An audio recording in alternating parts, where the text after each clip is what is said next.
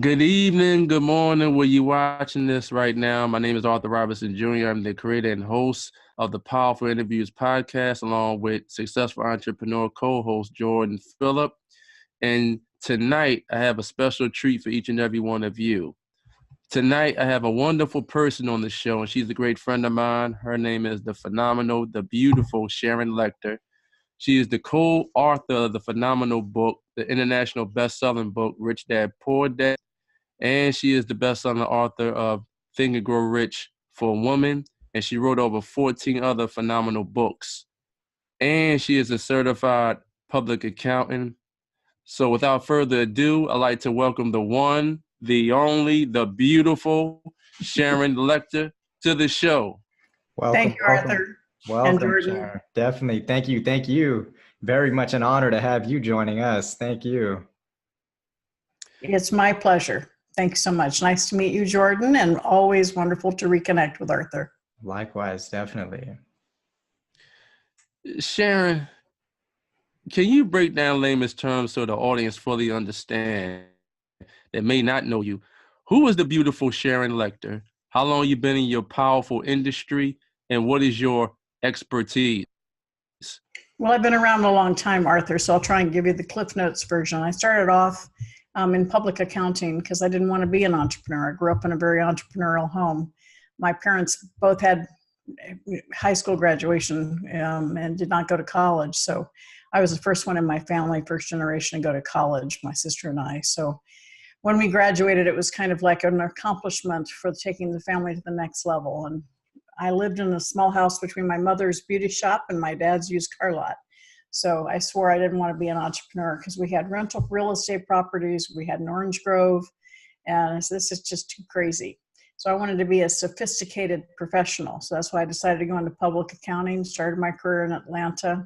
About the ripe old age of 25, I said, I'm working way too many hours to be working for someone else. I'm going to work like this. I should work for myself. And I really have never looked back. I moved into entrepreneurship at the age of 25, and that's when I met my husband when I left public accounting. Started a woman's magazine, then started the children's books that had the sound strips down the side. This was before the internet, before any technology in kids' hands. So I tell my techie friends I had the first disruptive technology. So I started the talking book industry, grew that around the world, and sold that company in 91, and that's when we moved here to Arizona. And the next year, our oldest son went off to college and ended up getting into credit card debt. I was pretty mad at him, but I was more mad at myself because I thought I had taught him about money. I taught him about the things that I learned from my parents that have helped me build the wealth that I have. And so that was December of 1992, and that's when I dedicated the rest of my career to financial literacy. Fast forward a few years, my husband is an intellectual property attorney, well known, and he called me one day and said he'd met this guy and that he had something that I might like. And so we got together and I did the first beta test of the game Cash Flow, and it was drawn out on a piece of paper. And so with my background with the talking books, we also had games, so I was able to help him commercialize and bring that to the cash flow game that we know now. And in that process, he wanted to charge $200 for this game. And I said, well, we probably should write a brochure that kind of outlines the philosophy behind the board game. And so he asked me to be his partner, and that was Robert Kiyosaki. And the brochure was titled Rich Dad, Poor Dad. We never expected it to be a product in its own right. We thought of it as a giveaway, as a brochure to sell the board game. And the role said, no, your brand is not Cash Flow. Your brand is Rich Dad. So that started a 10-year partnership. And 15 books later, we wrote together. So we actually became a book company as well as a game company, all dedicated to providing financial education tools to help people take control of their financial lives and improve their financial situation. And after about 2007, we were no longer aligned. He wanted to go into franchising, but it was not a model that I believed in. And so I made the decision to leave at the height of our success. And sometimes you have to close one door for other doors of opportunity to open. And a few months later, I got a phone call from President Bush. And he asked me to be on the very first President's Advisory Council for Financial Literacy. And as I share with people, sometimes You have to close one door for other doors. And I wouldn't have gotten that call had I still been at Rich Dad. And I served on that President's Commission for both President Bush and Obama. And then I was asked by my profession full circle. I still serve as a national spokesperson on the topic of financial literacy for the AICPA, the American Institute of Certified Public Accountants. And we all know what happened to the economy in 2008. I also got another phone call. Every phone call can change your life. And that was from the Napoleon Hill Foundation asking me to help reinvigorate the teachings of Napoleon Hill. And that was a huge honor. Another phone call I would not have gotten had I still been at Rich Dad. So I thought my legacy was Rich Dad, but somebody upstairs said, no, there's a lot more for me to do. And so I've now written 3 books. I have a 4th one coming out in September with the foundation and 2 others on the back burner that will be out in the next couple of years. So I've had the honor and privilege of working with the foundation and really being a modern day advocate for the teachings of Napoleon Hill. So, okay. Wow. That's powerful. That in itself very, very is powerful. Yeah, sorry, that is just mind blowing, to be honest. Like, yeah, I don't even know how to even express that, you know, how powerful those books are and everything. And just, you know, extremely curious. I think you'll probably never really get to know how much you've impacted how many different people. I don't know if that's, you know, that's possible to quantify something like that, but I can tell you at least it's made life-changing impact in my life and several people that I personally know. And that's just a fraction of the people who've read your work. So again, it's just, yeah, I'm a little speechless to be connecting with you right now, but definitely, you know, huge impact. Thank you, Jordan. You know, a lot of people will say to me, you know, you changed my life. And I always want you to own what you do, because a lot of people read the books and do nothing. And so I'm really delighted that something that we wrote inspired you, but the actions that you took were all your own, and own them. And so I always say, tell me that something I wrote inspired you, but own the fact that you changed your life. And I, you know, take that power back. Definitely. Sharon, I read the book Think and Grow Rich by Napoleon Hill. And I love the powerful words that Napoleon Hill said when he said, whatever the mind can conceive and believe, it can achieve. Mm-hmm. And Robert Kiyosaki, he just did a powerful interview on the London Real platform, and the host is Brian Rose. And he basically was saying that when you accept a paycheck, you basically are developing the mindset of a poor mindset. Mm-hmm. Can you elaborate on that in regards to what Robert Kiyosaki said? And do you believe in that when you accept a paycheck, when you work for somebody else, that you are accepting a poor mindset? Well, the issue is whether you allow the employer to control your future. That's the philosophy of, are you choosing to be in control of your own life, or are you choosing for someone else to control your life? And so I try and take it a step further, which is what we did. My step further is, Arthur, it's not what you do for your paycheck that's important. It's what you do with your paycheck. There are a lot of rich people out there who were employees because they learned how to make their money work for them. And so you can be employed and be an employee and still become wealthy if you are taking your paycheck and reinvesting it into assets.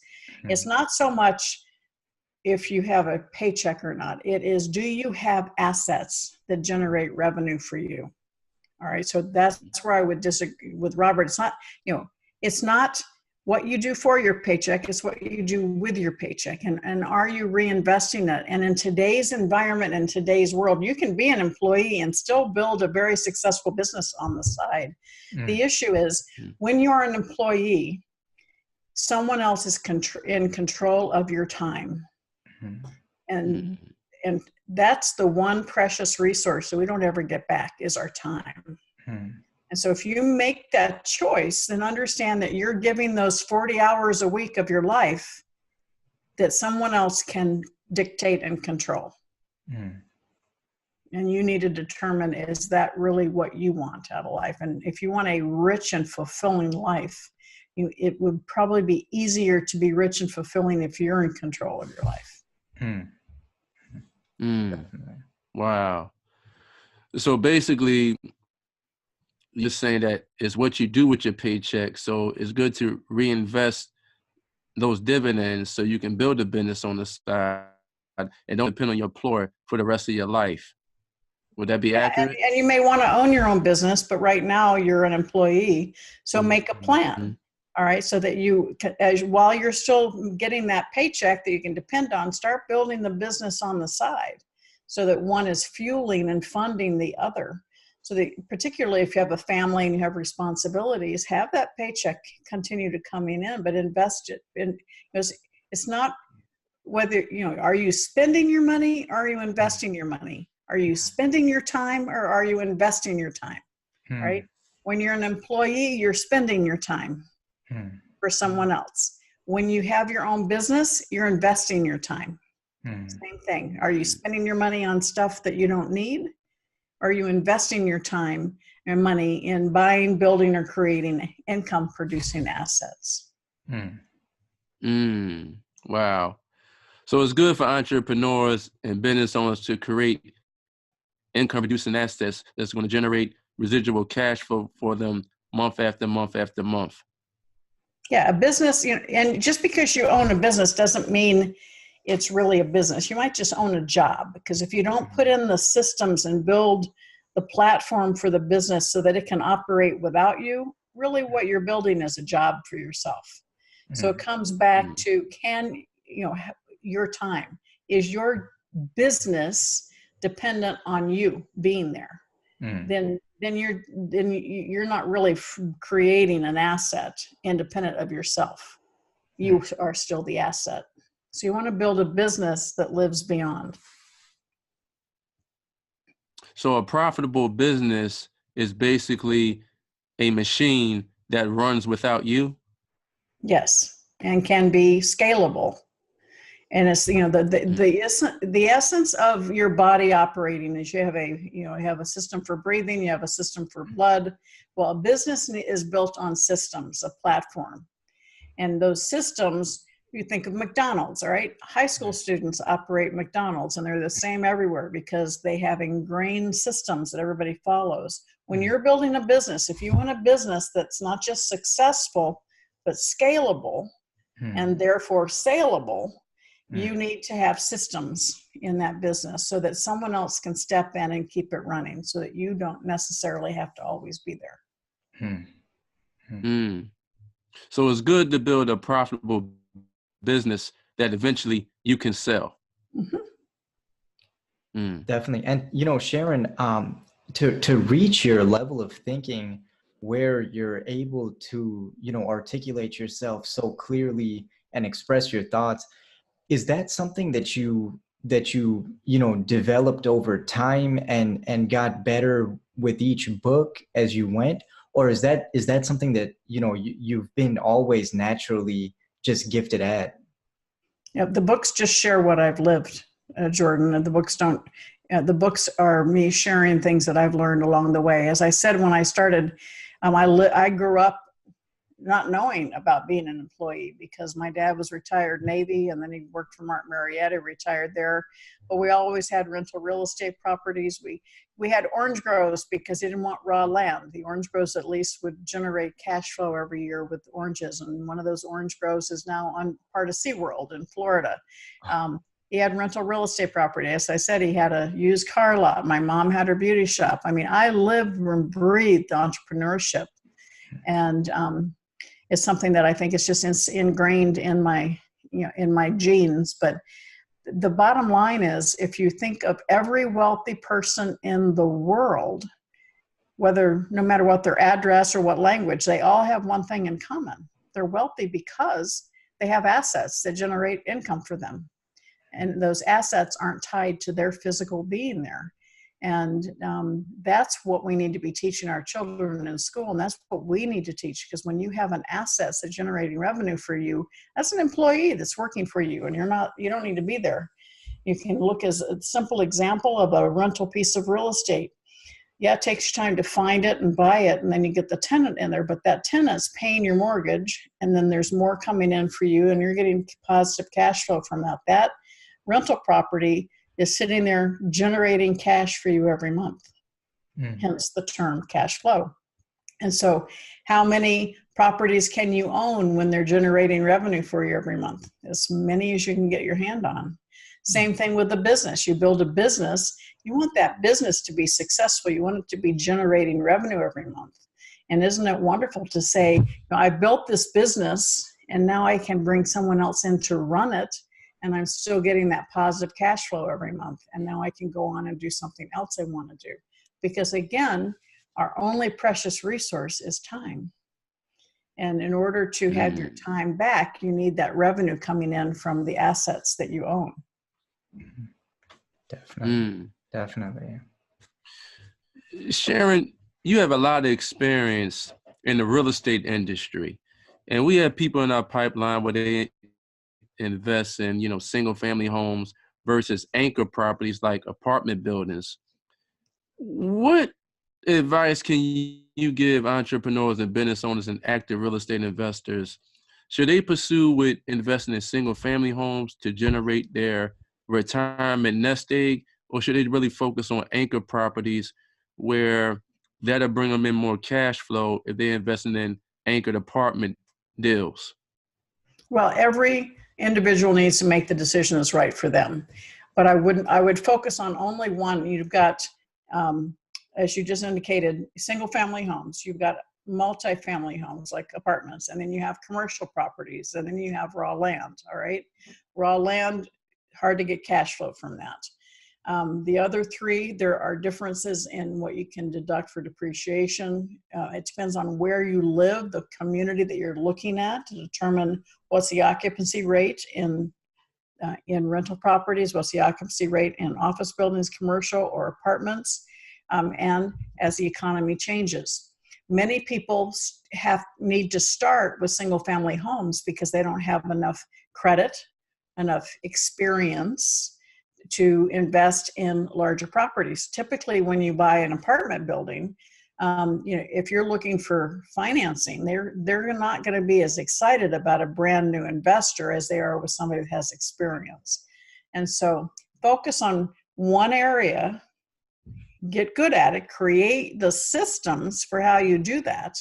And typically, in my experience, what I have seen over time is people start with 3-2s, small independent homes, and they build an inventory of those, and then they get that system up and running, and then they start looking at apartments, then they look at commercial. So again, it's a process, but each type of real estate that you invest in is a different process, and the tax laws are different. And so you may want to talk to your own personal tax advisor first and say, what are the benefits that I can get from investing in real estate, and discuss the various options that you have. Wow. So basically, whatever investment vehicle that entrepreneur or real estate investor that they truly desire, they have to be educated about the field, whether it's single family homes or apartment complexes. And a real estate investor is operating a business. You're operating a business, so it's the same. Wow. Now, for active real estate investors that already have a portfolio in regards to anchor properties like apartment buildings, now let's talk about capitalization rates. Now, I know capitalization rate, that's just a formula for yielding money. So the higher the cap rate is, the lower the purchase price will be. But the lower the cap rate is, the higher that purchase price will be for that apartment building. Right. Well, there's a whole lot more that you need to look at for apartment buildings. You want to see how much deferred maintenance there is. You want to know what the rental roll is, how many tenants are there. You want to look at the industry in that geographic region to say, do we have an overflow, too many apartment buildings? I mean, that's something that's been happening here in Phoenix. There's a ton of apartment buildings being built, whereas it was a fantastic investment a few years ago. Do you want an A property, a B property, a C property, a D property? So it's not just the cap rate, it's all of those elements that you need to learn and understand, that every choice you make narrows down your selection of properties. And so you need to look at all of it. And when it comes to apartment, you need to kind of lock in how you're going to finance them, because typically in today's market, they go pretty fast. So you need to have all that pulled together before you even start looking. So as an active real estate investor, it's good to look at the cash receivables for that particular apartment deal. Yeah, and the owner may not provide everything to you prior to you giving them an offer, but you certainly want to have that in your due diligence, and you want to have that in your exceptions within the contract, that you have the opportunity to review the rent rolls, review the deferred maintenance. You certainly want to have the property analyzed for the roof, the plumbing, that kind of thing. Understand. Are there any easements on the property? That can be a bad surprise. Are there any scheduled road improvements around the apartment? All of those things, it's a much bigger issue than buying a single family home. You need to understand the lay of the land, both in zoning as well as improvements and the tax rates, all of that. So you want to make sure you look at all aspects, and you certainly want to make sure in whatever real estate properties that you buy, that you have a separate entity for them that protects your personal liability, as well as having the right liability insurance involved. So now let's talk about the NOI, net operating income, for an apartment deal. So when you increase the net operating income, you will increase the value to that particular commercial property? Well, certainly if the cash flow increases, that's going to increase the projection of the cash value of the property and the future value of the property. Obviously, when you're buying a commercial property like apartments, you may want to say, when was the last time the rent was increased? What are the other comparable rents in the area? Maybe it's an opportunity to increase the rent, which therefore will increase your net operating income. All of those, it's a process that you go through when you're looking at apartment buildings. All of those things are things you must look at. And or are you the highest rent in the area? And if you can get occupancy information for that same apartment complex over the last 3 years, has it stayed the same? Has it gone up, or has it gone down? Those are all indicators that you need to react to and understand. Wow. Some of the biggest surprises I've seen from people are deferred maintenance. They buy an apartment complex without really understanding the deferred maintenance that they're getting into. And so all of a sudden they have a huge expense on their hands. And that's something that is different for a 3-2 house, right? It's not going to take your breath away, but in an apartment complex, you might have a much bigger issue. So when you're doing your due diligence, it's good to ask the owner for the first trailing 12 in regards to how much cash flow has this apartment deal has been generating in the first 12 months. It's good to have that, right? Before you actually make a offer on an apartment complex. Well, you're going to want to see their financials, and you're going to want to go back as far as you can, as far as you can get from them. But you want to see not just the financials, you want to understand the in-depth financials. Do they have an on-site property manager? Is that something that you can save money in? Looking at their repairs and maintenance over the last couple of years, has that gone up? That's a hint that you might have deferred maintenance issues. What's the turnover in the apartment complex? So again, another big surprise can be when you don't get the rent roll. You may have an apartment complex that was launched, right? And so everybody signed the leases at the same time. And you may be buying a apartment complex that's in really good condition. And if you don't look at the rent roll and find out that all those leases are up, 3 months after you buy the property, that might be a rude surprise, because all of a sudden you've got a lot of vacancy. And so it's very important to check each one of those things out as you're going through the process. And it may very well be that as part of that due diligence process, the first thing you want to do is to go to the tenants ahead of their lease terminating and incentivize them to continue signing a long-term lease. Sharon, from your experience, what mistakes are you seeing that real estate investors are making when they are investing either in raw land, single-family homes, or apartment complexes? There's so many mistakes. Not understanding the importance of positive cash flow, not understanding for raw land. I really seldom ever you should hold your wealth in raw land. You should not invest in raw land. For instance, we own some property in southern Arizona that is literally a long-term investment. We don't expect to see any return from that for 10 years, but we know that the way that a certain population is growing, that value will go up in 10 years. Obviously, we won't be able to liquidate that land, but we know that it will. So that's money that we know we're not going to need in the next 10 years. And a lot of people invest in raw land and then find themselves stuck with it, and they can't move it, they can't sell it. And that's a big issue. I seldom recommend anybody look at raw land unless you have the money to sit there for long term and you understand the future value of the property and when it's going to be there. Single family homes, I think when I get asked this question a lot, Arthur, and really my tongue-in-cheek answer is the worst mistake I see people doing is that they don't start investing. They don't start looking at things and take that first step.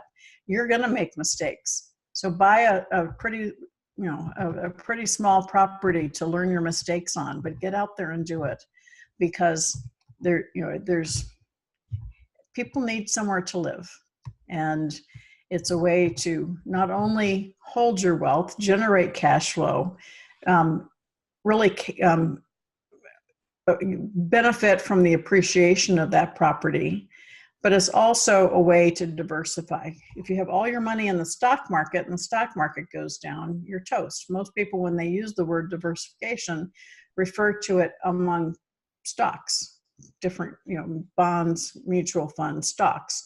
But true diversification is across asset classes: stocks, bonds, mutual funds, real estate, businesses. That's true diversification, because when the economy makes one of them tank, you still have the others.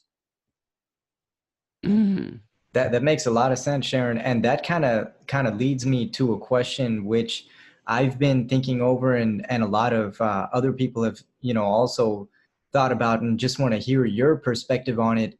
For an entrepreneur who's starting out, would it benefit them to purchase a home or continue to rent and, focus on their business, or live in a home which they're purchasing and put their mortgage, their dollars towards their mortgage payment as opposed to a rent payment? In your, expert opinion, it would be great to hear what you think. Well, in this day and age, many millennials are delaying purchasing a home, simply a lot of it because they have such student debt. The tax laws have changed. So again, I'd say it depends on your own personal income and position and tax, whether you get the same benefits from owning a home that have been available in the past. But I've never been a renter. Even when my husband and I rebuilt our house here, we bought another house, moved into it, and then sold it after we came back to our home, because I have a hard time writing rent checks. But having said that, you may be looking at staying in an area for a while, ready to move to another area. You want to be mobile. So if you want to be mobile, maybe it's not the right thing for you to invest in a home that may not be saleable quickly for you. So again, it's based on the individual responsibilities. Now, there's so many people now that have their businesses out of their home. And so you want to set it up appropriately so that you can assign a certain area dedicated to your business. So therefore, when you're buying the home, you're also in essence buying a property for your business. And so that portion of the house is depreciable. But again, the tax laws are very different now, and you have to make sure that it's something that's going to be appropriate for you. And so I recommend everybody get input from their own individual tax advisors. And it may very well be that you can rent much more cheaply than buy, and you have a 1 or 2 year plan, and that's going to help you put more money aside for something that you want to do into the future. And therefore renting might be the right choice for you. So I'm not going to give a blanket answer to your question because each person's individual circumstances are different. I personally don't like to rent, but at the same time, as a caveat to that, we have a second property, a ranch that we own, and a lot of people say, Sharon, you love the ocean so much, you should go buy a place on the ocean, which I could easily do. But I won't do that because we're not there enough. I wouldn't have enough time to be there to justify the expense of buying it. And so I've made the choice and it gives me the flexibility to go anywhere I want to. But once a quarter, I go to the beach somewhere and we rent a property. And so that's a choice that I've made. Instead of owning, I choose to rent. So every individual's choice needs to be different. Definitely makes sense. Definitely. Mm. So renting versus owning, it has its advantages and disadvantages depending on your current circumstances. That's true. Now, a lot of active investors that I know in the real estate space, they basically saying that homes are basically built for banks. They're basically saying banks make money off of the houses because basically they're allocating those loans in regards to financing for people to get into those houses, whether it's the first time home buyer or they want to get into their single family home. But they're saying that the banks is making money off of the homes because they are allocating mortgages. And that some people just saying that a home is just basically a waste of time unless you have, $5 or $10 million reserve capital for that particular home, depending on which home you actually willing to purchase, whether it's $1 million home or a $500,000 home. Well, one of the chapters in Rich Dad Poor Dad, we talk about your house is not an asset. Okay, owning your home, all right, you should buy a home that is not going to strap you financially because a home is money out of your pocket. All right, the only benefit you get out of owning your home is when you sell it, and hopefully it has appreciated. And so we're talking today about investment real estate, and that's where I talk about the tax benefits and that type of thing. But owning your home, you should not, too many people make the choice of buying that bigger house, the quote, the American dream. A home should be to live in. And while you're building your wealth, the recommendation, you can read The Millionaire Next Door, is to buy a home that you can easily afford while you're using your cash revenue, your wages, or your cash flow from other things to continue investing in other assets. So you get to the point where your assets are then paying for your nicer house. And so you have the real estate portfolio, or you have a business throwing enough cash that pays for your house, that your house ends up being a luxury paid for by your assets. So the bank is giving you the revenue. Their job is to make money off of you. Your job is to have the highest credit rating possible, right? The best property and the most cash flow so that you can get the lowest interest rate possible. And then you look and say, okay, I've got this mortgage that I'm paying 4% on, and I've got my money in my stock portfolio, I'm making 10%. So that arbitrage is in your favor. All right, so you've got money in your stock portfolio, but you're making more money on that than you're paying on your home mortgage. That's a good thing. But when it goes like this, you have a problem. Wow. That's incredible. Sharon, this is an incredible interview, and I appreciate you coming on our platform today. Thank you. I've been happy to be with both of you. Nice to meet you, Jordan. And thank you all for listening and watching. And you can find me at SharonLechter.com, SharonLechter.com. And I invite all of you to join a private Facebook group that I have called the Play Big Movement with Sharon Lechter. It's something that I made the decision after having built all these global brands a few years ago to kind of step back, and I didn't feel too good. So I started kind of cranking up the fire again and launched, actually I'm in the middle of this launch for the Play Big Movement. And I invite everybody to join because my goal in life is to help other people take their business to the next level and truly create income producing assets. Wow. Sharon, from your experience, can you explain to the audience, what do billionaires and hectomillionaires do on a consistent, regular basis that unfortunately broke entrepreneurs, they just don't do? Constantly look for opportunities. Their associations bring them the deals. So they understand the power of association, hanging around with the right crowds. You've heard the term, the rich get richer, the poor get poorer. Well, that's because we don't teach our kids about money in school. So we learn about money at home. And so the rich people learn from other rich people and they hang out with each other. So the best deals come to them.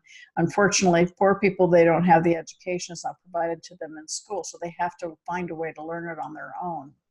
And so the commonality, as I said, among all rich people, whether they're millionaires, billionaires, or trillionaires, they all have income producing assets, and they always look for the opportunity, and the opportunities come to them.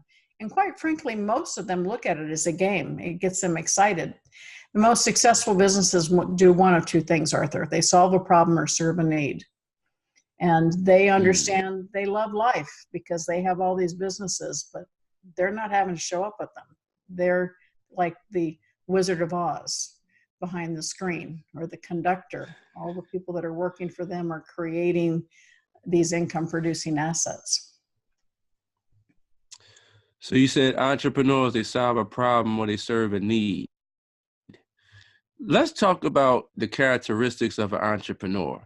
Now, the word entrepreneur means entreprendre, and it was a Latin word, and it was invented in the 15th century in France. And a gentleman by the name of John Baptist, he invented the word, and over 300 years later, that word still exists, which is entrepreneur. So entre means between, and pondre means to take. So it means to take lower productivity and increase it to higher productivity. Can you explain to the audience, how are you increasing your productivity in your businesses? Through business systems. I have an online course that I offer through SharonLechter.com called The Essential Components of a Successful Business. We start our business and we're in love with our product or service, but that's really like the tip of the iceberg. You need to understand your mission, your team, your leadership. That's kind of like the outside circle of what we teach. And then within that, you need to have the right legal structure, the right legal agreements, the right associations. Then you need the right relationships, the right communications, the right business systems. And those business systems is really how your business operates to make it consistent and tight. And that consistency is what creates a business that can truly scale. And of course, you need the available resources. And part of the relationships and communication within your business is having the right partners. You can scale through joint ventures, through other people's money, other people's time, other people's resources, but that's how you truly grow bigger. And so if you want to truly serve more people, you need to be able to scale. Now, you say you need to be able to scale your business.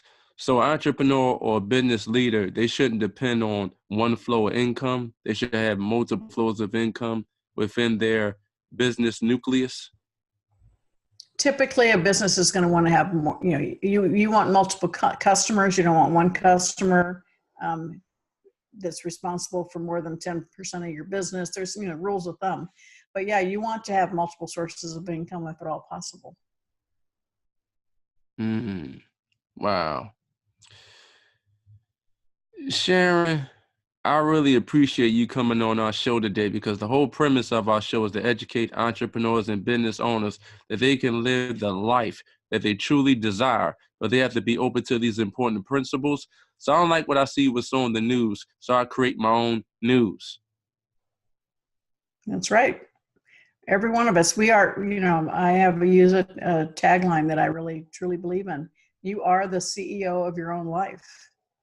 And instead of being a victim of the circumstances around you, change the circumstances. Each and every one of us is where we are today, right this moment, because of the choices we made before today.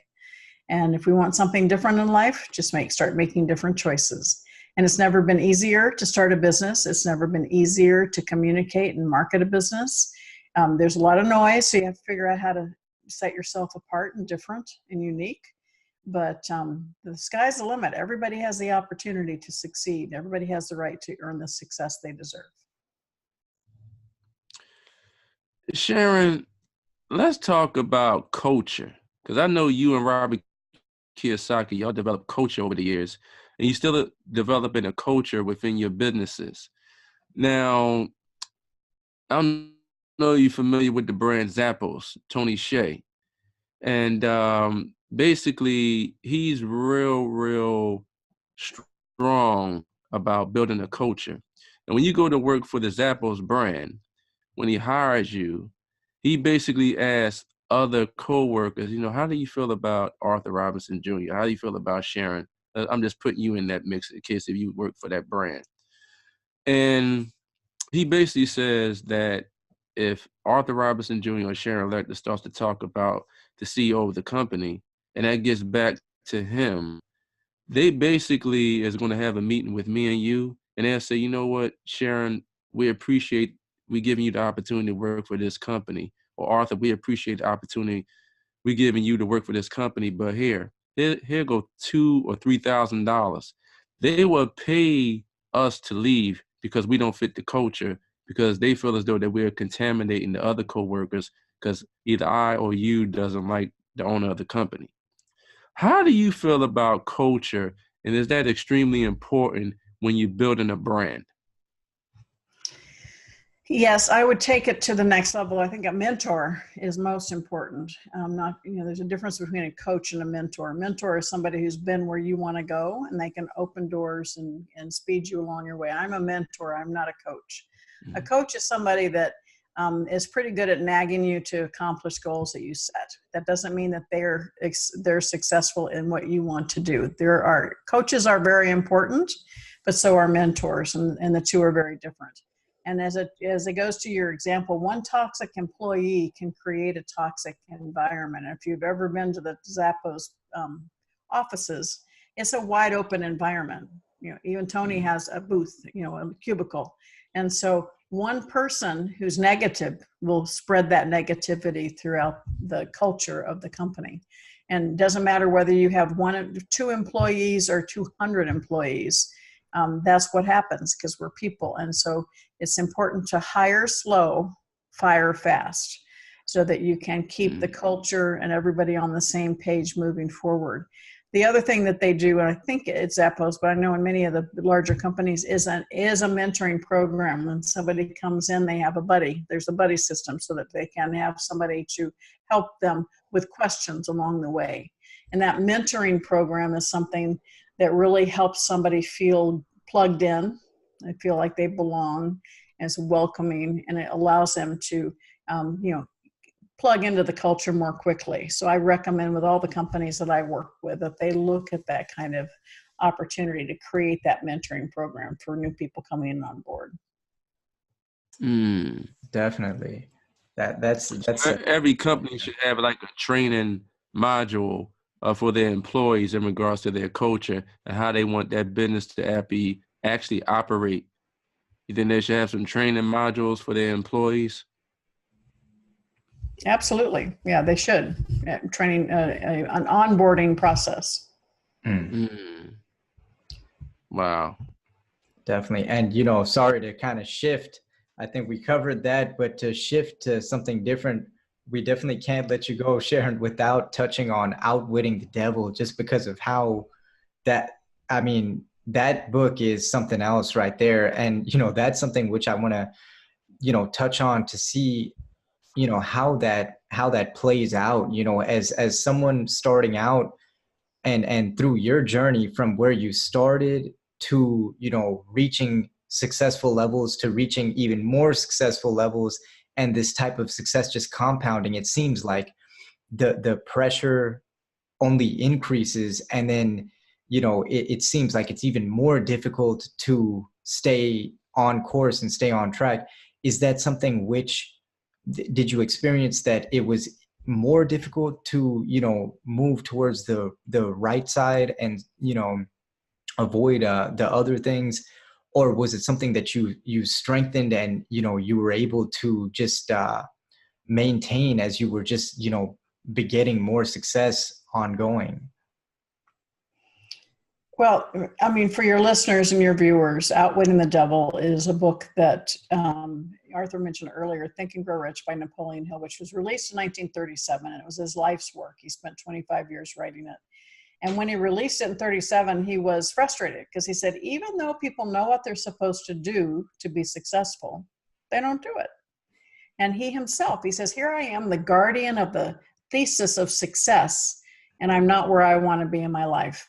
And so in 1938, he sat down and he wrote this manuscript. He describes it as a download called Outwitting the Devil. And it's about how fear prevents us from creating the success in our life. And there's multiple types of fear. Fear of failure, fear of loss of love, fear of death, fear of criticism is a huge one in today's environment. So I wrote this book in 38, and the title scared his wife to death. So she forbid it to be published, and it was locked away for 73 years. And I had the incredible opportunity to read the manuscript, probably the fourth or fifth person ever to read it. And it was, written on a hand typewriter and with his handwritten notes on it. I mean, it was just incredible. I read it, and it really helped me really change the way I was thinking about things and helped me change my life. And I said, we need to get this out.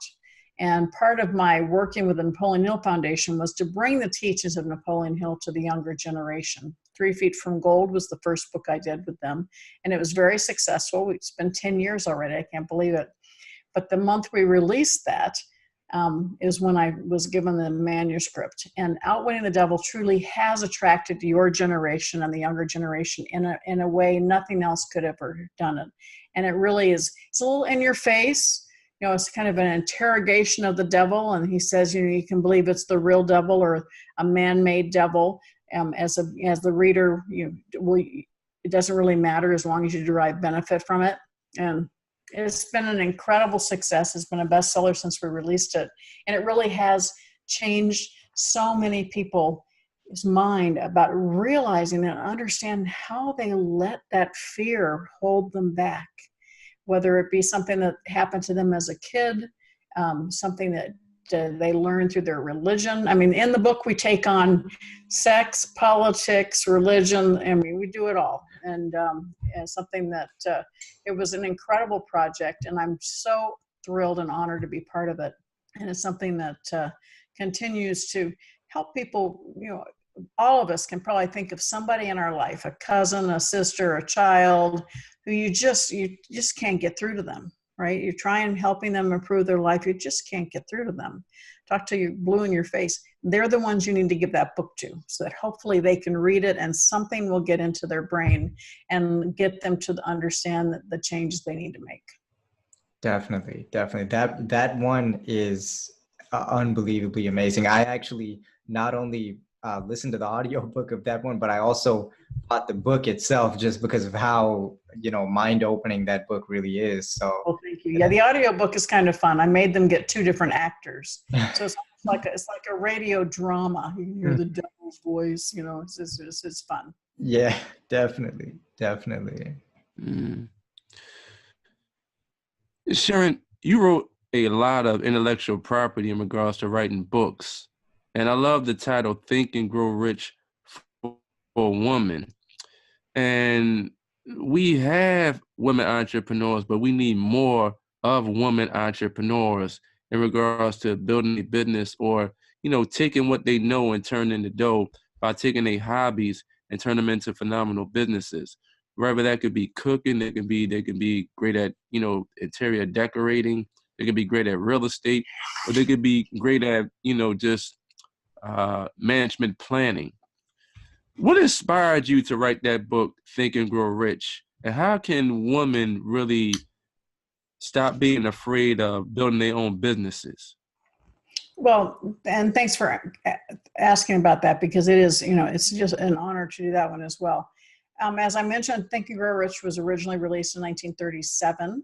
And it was at a time when there were no women in business. And so Napoleon Hill interviewed 500 of the most successful, wealthy men in the world, but no women.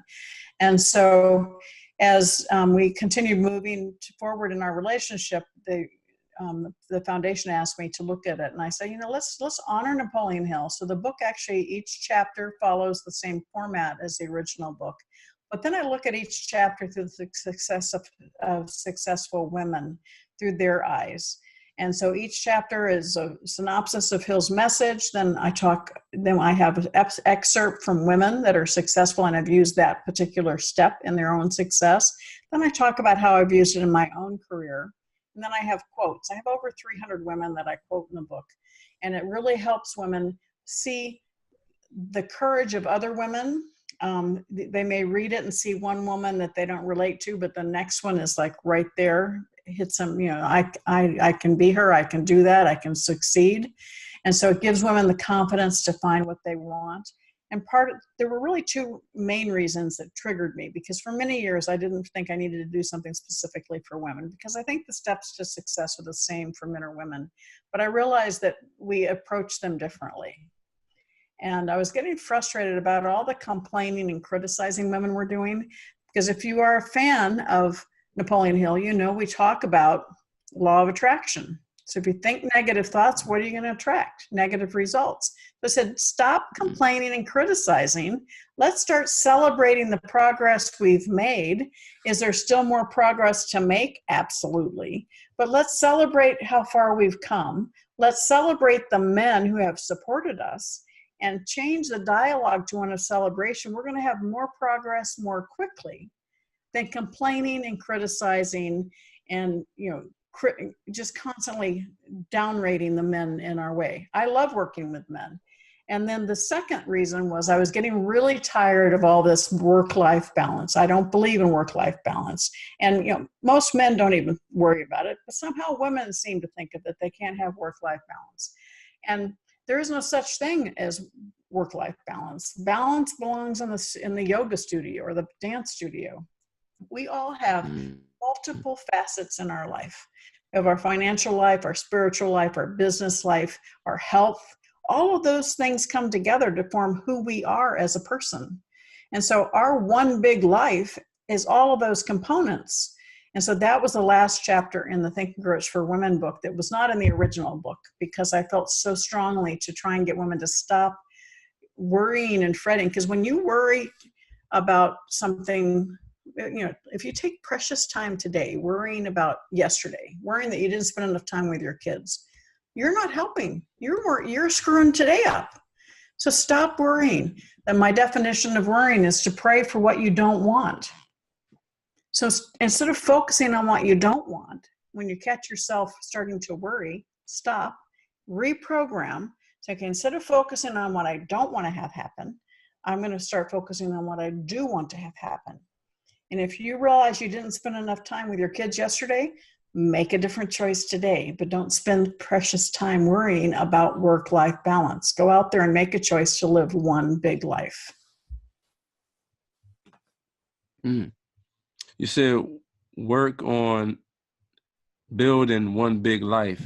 That's extremely important if you want to be free or you want to be successful. Sharon, you are the real deal, and you're not a bullshit entrepreneur. You are a real entrepreneur, and you've been doing this for a long, long time. Let's talk about money. Now, I know money is not value. Money is just a facilitator to do transactions. Can you explain to the audience, how would you define money? Money is a resource. It's a tool. When you think about business, as I said earlier, think about the problem you solve or the need that you serve. So many people yes, you need to have a sales process, but when you focus on service, the sales will come. I tell people if you focus on selling, it's a transaction, and you have a transaction completed, you have to keep doing transactions over and over again. If you provide service and you establish a relationship, not a transaction, and that relationship with your customers can last a lifetime, and that relationship will generate multiple transactions. And so if you focus on service, making the world a better place, solving problems and serving needs, the money will come. Sharon, I wrote down some powerful words, 10 being the highest and 1 being the lowest. So you can rate them in your own powerful way. Are you ready? How do you want me to rate them? 10 the highest and 1 the lowest. Okay. Accountability. Personal accountability is very important. Yeah. Can I give them all 10s? Yes. Okay. Perseverance. 10. Value. Value of beliefs? Yes. 10. Income producing assets. 10 plus. Health. Health? 10. But in my life, I've got to pay more attention to that. Wealth. Wealth is how you feel about life. Wealth is not, the definition of wealth is different. So I can't rate that with a number. Wealth is how you feel about yourself when you look in the mirror. A wealthy person doesn't have to have millions and billions of dollars. A wealthy person can be, Mother Teresa was a wealthy person in spirit. So. Success. Success, same thing. Success is how you feel about yourself when you look in the mirror. So success is very important, but it has nothing to do with money. Family. 10. Building great relationships. 10. Energy. 10. Reading. We only go through this life once, right? What was the last one? Reading. Reading. Oh, 10. You'll be the same you are today in 5 years, except for the people that you meet and the books that you read. So. Brainstorming. What's that? Brainstorming. Brainstorming. Well, brainstorming that's power of association, mastermind, power of two minds coming together, getting exponential results. So yes, business is a team sport. It's very important. Marriage. Marriage, exceptionally important. I'm celebrating my 39th anniversary in September. So. Congratulations, definitely. Wow. And the last one would be integrity. 10 plus. All right, that was good. That was real good. Sharon, let's shift gears a little bit and let's talk about the power of using video. Now, I know a couple of years back, Google bought YouTube for $1.6 billion. So video is hot right now. Can you explain to the audience the power of using video? Should entrepreneurs and business owners use video to expand their brand? Well, video allows you to get more personal with your customer. Video allows people to see your face and your expressions. You've heard the term communication is 93%, only 7% of the words you use, 93% of how you use them. So video allows people to see your facial expression. Are you looking at them in the eye? Are you looking at the camera? So video is very important from a standpoint of establishing a personal connection with individuals. And that's why the fact that it's much easier to do and much easier to download and distribute is why it's becoming so much more important. That personal connection. So once people like you, respect you, and know you, that's when their minds are made up and they want to invest in you because you are your brand? Yeah, people want to do business with people they know, like, and trust. And the more you can create atmospheres where people know, like, and trust you, the better you will be. Now, I know earlier we talked about investing in cash flow real estate. For entrepreneurs and business owners that have a solid portfolio in the real estate investing arena, should they do a formula where they are actually taking action on cost segregation for each investment properties? Again, that's going to be dependent on your own tax advisor. You certainly want to look at that on your properties. If you have a large property, we've done it on all of our large commercial properties. Cost segregation is something that there are specialists who do it for you. It's something that one property it may benefit, another one it may not. So it's just one of those things that you check off when in the due diligence process to determine if it can help you improve the bottom line and give you more tax savings up front. Wow. However, if you're using it on a property you plan to flip or sell within a few short years, you need to look at that because you're going to have to recapture it anyway. So is it better to take, capital gains, or is it going to recapture ordinary income? Do you really need the deduction this year? If you don't really need the deduction, maybe you don't want to do it. So all those things have to be, that's where you need your own tax professional to look at it for you.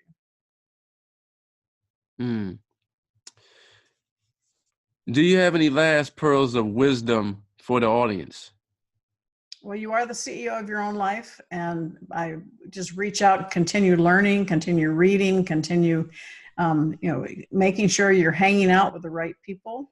Ask yourself, who do you spend your time with? Are they helping you move forward, or are they holding you back? That's a huge issue. That power of association, the personal success equation we released in 3 Feet from Gold, is taking your passion, your talent, combining it with the right association, taking the right action, and having faith in yourself.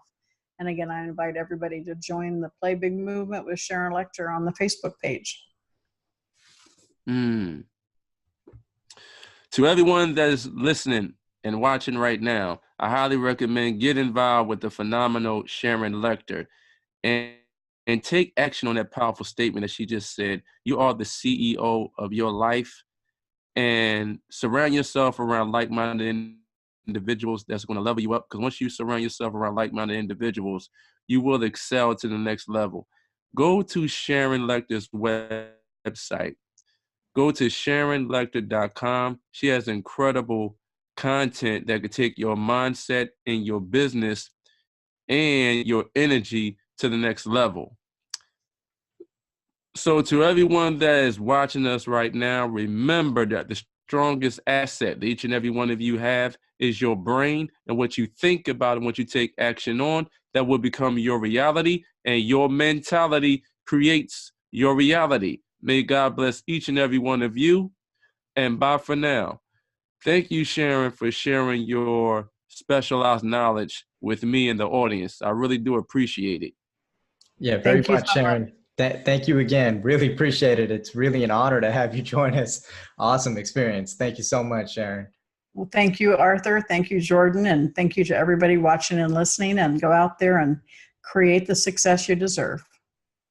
Definitely. All righty. And we got to get you coming back on the show one more time so we can talk about these in-depth wealth building principles. And I definitely want to talk to you about family offices. And how do you feel about family offices?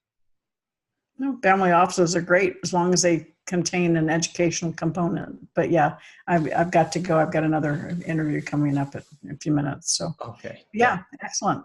Let us know. All righty. Sounds good. So to everyone that's watching us right now, remember, always put God first and always love yourself, and follow the phenomenal, beautiful, successful entrepreneur Sharon Lechter And remember, go to her website, SharonLecter.com, and make the initial investment and invest in yourself. Invest in her phenomenal book, which is called Think and Grow Rich for a Woman. It is a phenomenal read, and I promise you, you will get a lot of value out of that phenomenal book. And bye for now. Thank you, Sharon. Thank you. Bye.